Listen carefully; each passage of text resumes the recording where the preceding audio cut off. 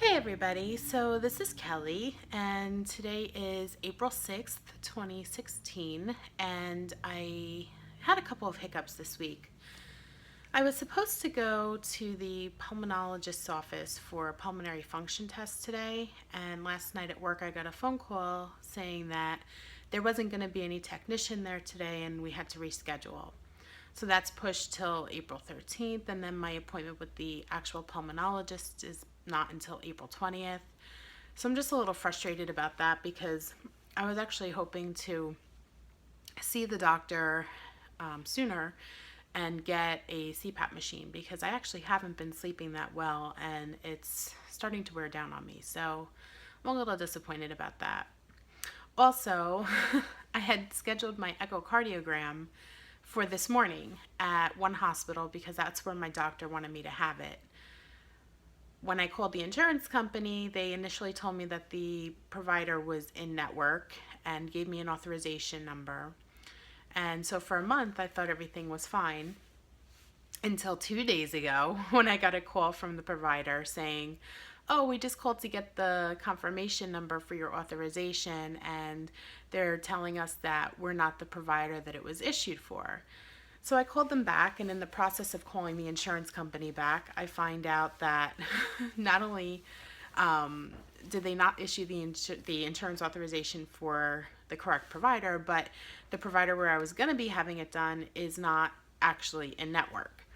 They're actually, to be more clear, they participate with my insurance, but they're not an inner circle provider. So that would mean that I'd be stuck with a deductible and a 30% co-insurance, which when I asked the provider, the hospital where it was going to be done, how much that would be out of pocket, they came back with a number like $2,500. And I said, well, you can keep the test. I'll go somewhere else. So at the last minute, I turned around and called the hospital that I work at, and they are considered a tier 1 provider, and I scheduled it for this morning and I went and I had it done. So I know my cardiologist isn't going to be really happy with those results, but if she's going to pay my bills, then she can send me wherever she wants to. Otherwise, I got to go where the insurance is going to pay. So other than those couple of snafus, I've been staying pretty positive. I just really kind of want to get things moving. I feel like everything's just going at such a snail's pace. And I feel like, I don't know. I kind of feel like if I don't do it sooner, that I'm going to end up starting to have like second thoughts about it for some reason, and that I might end up wanting to back out. And I hope that doesn't happen because I really do want to have this procedure. So, I don't know. I'm just a really I don't know, anxious kind of person. Once I decide to do something, like it's done, let's just get it done and over with. So all this waiting is like anxiety ridden for me. So it is what it is.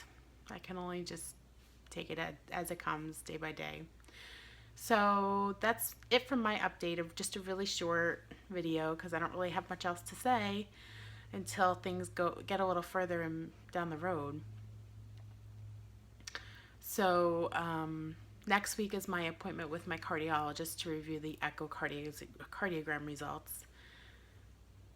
And then the week after that is, I guess, no, maybe even the same day is the pulmonary function test. And then the 20th is both the pulmonology appointment and the nutritionist. So, and then we'll finally be into May the week or two after that. So then only another 2 months to go.